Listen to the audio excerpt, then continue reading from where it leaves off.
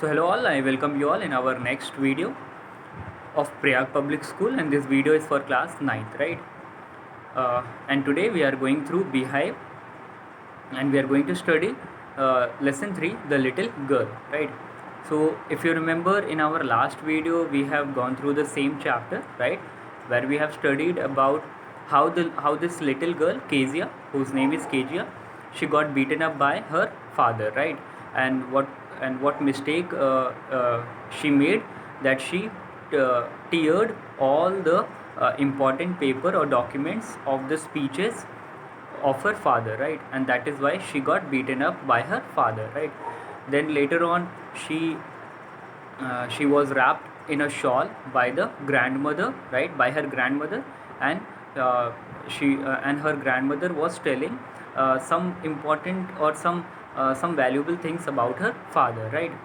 And at the same time, uh, she watched what Mr. Donald's family, McDonald's family, Mr. McDonald's family, which was who was her neighbor, right? Who was her neighbor, and she watched through the fence, right?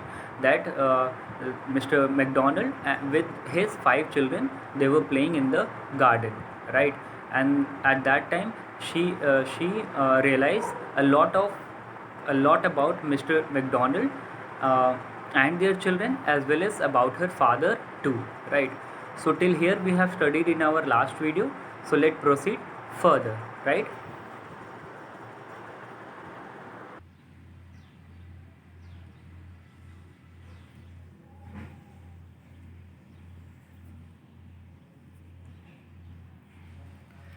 Okay.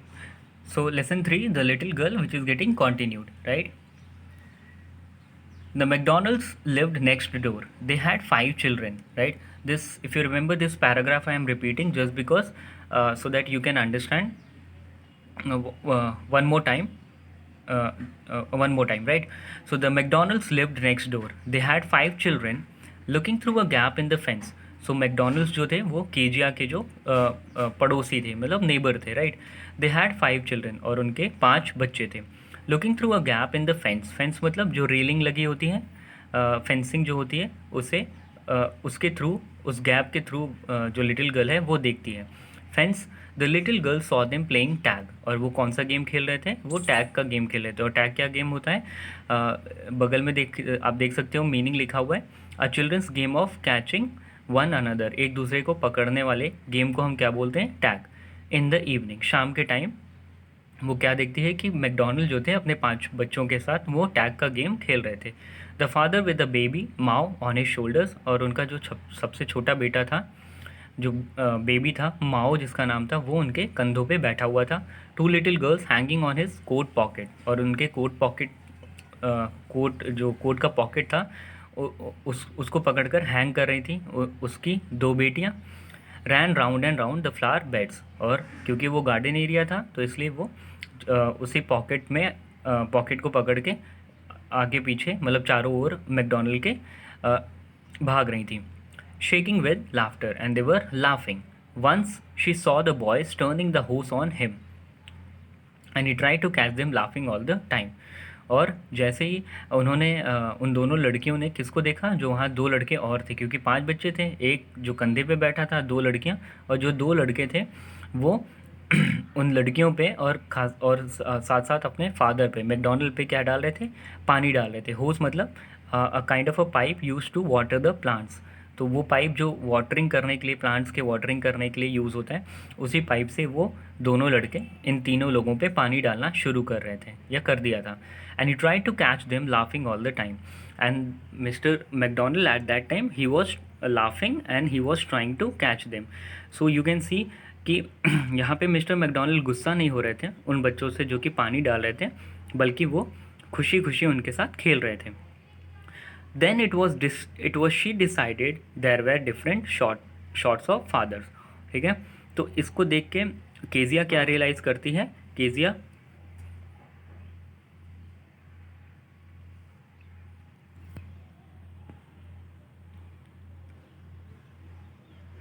Kezia ये realise करती है कि उसके उसके दिमाग में या उसके मन में ये आता है कि नहीं नहीं, मेरे फादर जैसे सारे फादर्स नहीं होते हैं, डिफरेंट काइंड्स ऑफ फादर्स भी इस दुनिया में होते हैं.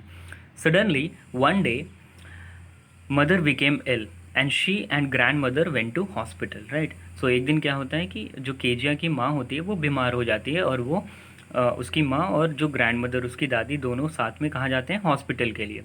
The little girl was left alone in the house with Alice the cook. और जो छोटी लड़की होती है, जो केजिया होती है, वो घर में अब अकेली रह जाती है. किसके साथ? एलिस के साथ, जो कि उनका कुक था, मतलब जो खाना बावर्ची था, खाना बनाता था उनके घर में. That was all right in the day time, right. So day time में अगर बात करें तो सब कुछ सही था. वो बच्ची अकेली भी थी, पर उसको अकेला जैसा फील नहीं हो रहा था. तो डे टाइम में सब कुछ अच्छा था. Let proceed further class.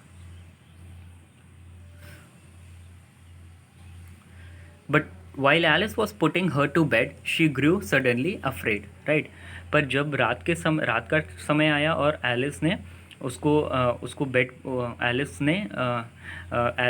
ने क्या किया, और जब केजिया को बेड पे ले गया तो वो डर सी गई. Grew means got suddenly afraid, means she got afraid because she was earlier she used to sleep with her, either with her father, mother, or maybe with her grandmother, right. But today, as her mother was ill, and her mother and her grandmother was not at home, so she had to sleep alonely, right.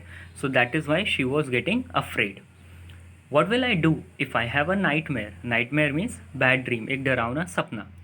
तो Kezia उससे पूछती है Alice से कि मैं क्या करूँगी अगर मुझे डरावने सपने आएंगे तो. She asked, I often have nightmares and then granny takes me into her bed. और वो आगे बोलती हैं कि मुझे कई बार ऐसा होता है रात में कि डरावने सपने आते हैं, तो मेरी दादी जो है वो मुझे अपने पास सुला लेती हैं. I can't stay in the dark, मैं अंधेरे में नहीं रह सकती. It all gets whispery. Whispery means unpleasant sound, मतलब उसको तरह तरह की आवाज़ें सुनाई देती हैं, उसको डर लगता है एक हिसाब से.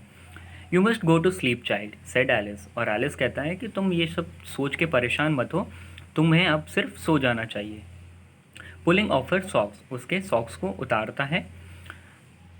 And don't you scream and wake your poor पा.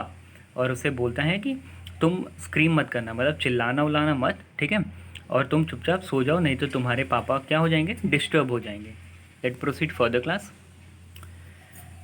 But the same old nightmare came, ठीक है. और फिर से वही पुराना सपना जो हमेशा उसको आता था, डरावना सपना, वही फिर से जब वो सो जाती है तो उसको उसके सपने में वही डरावना सपना वो फिर देखती है.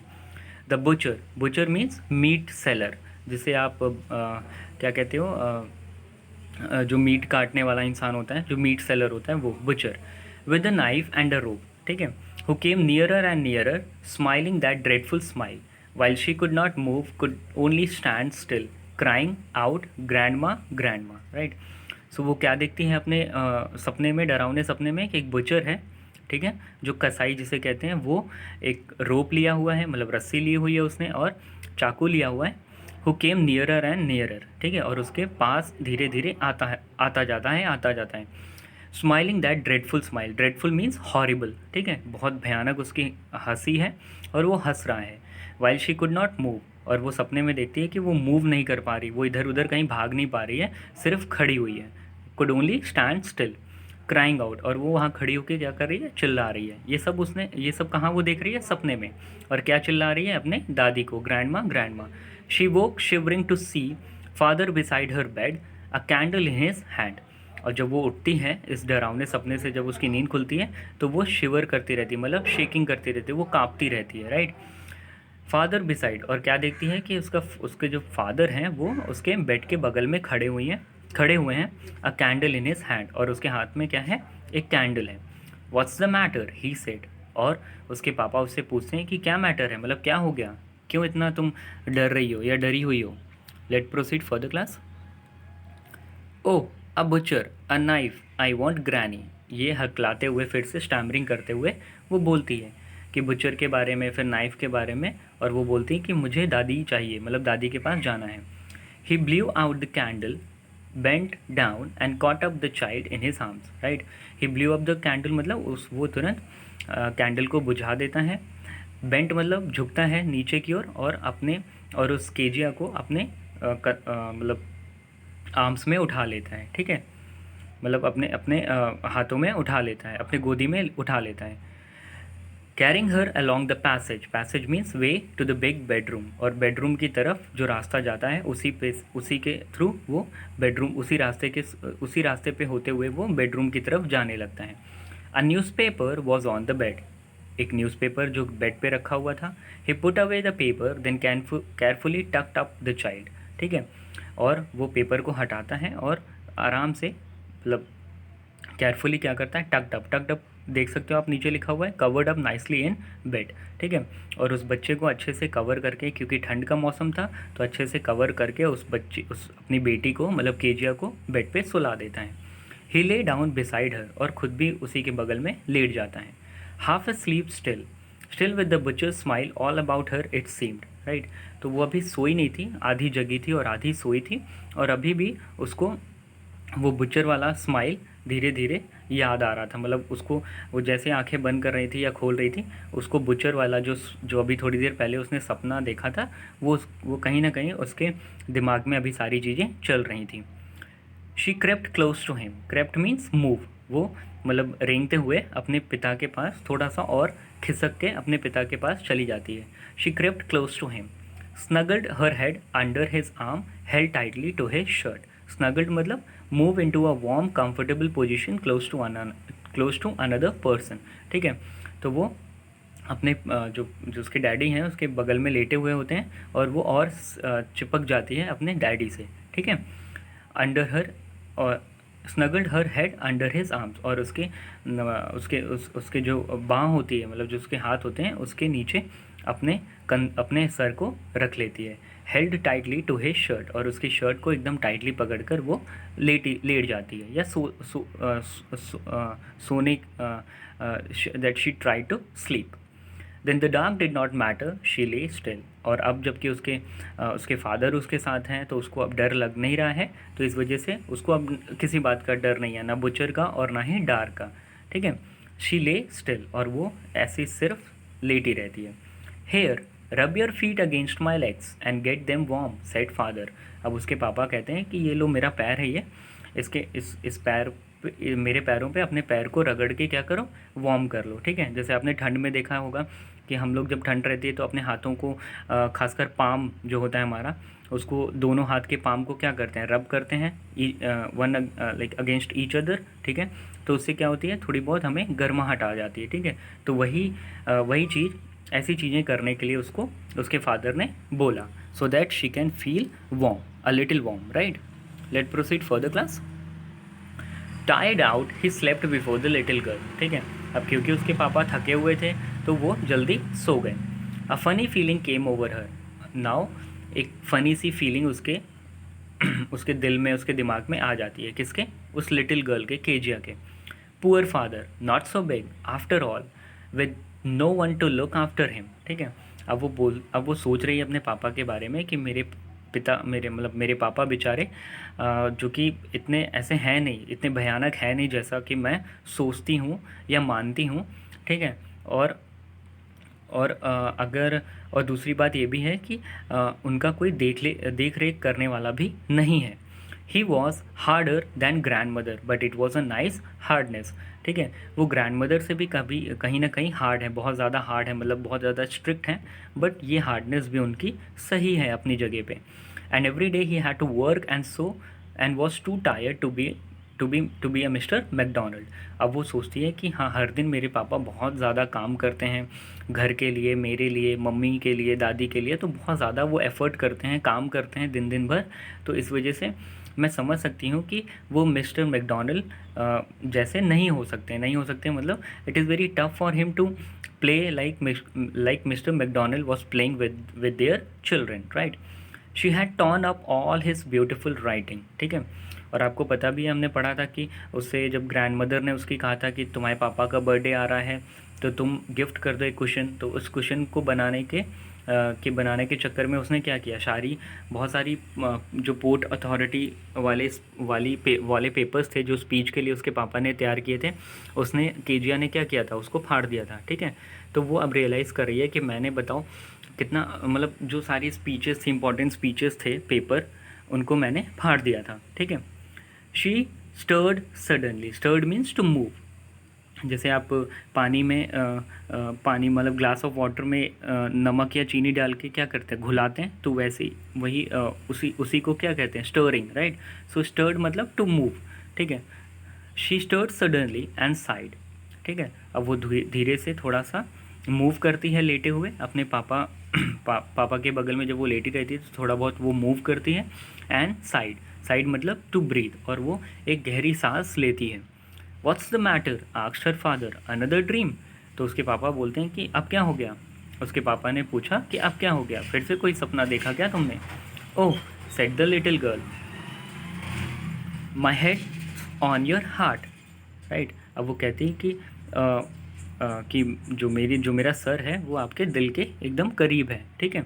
I can hear it going, मतलब मैं उसके जो दिल आपका जो धड़क रहा है, उसकी जो बीटिंग है, हार्ट बीट है, वो मैं सुन सकती हूँ।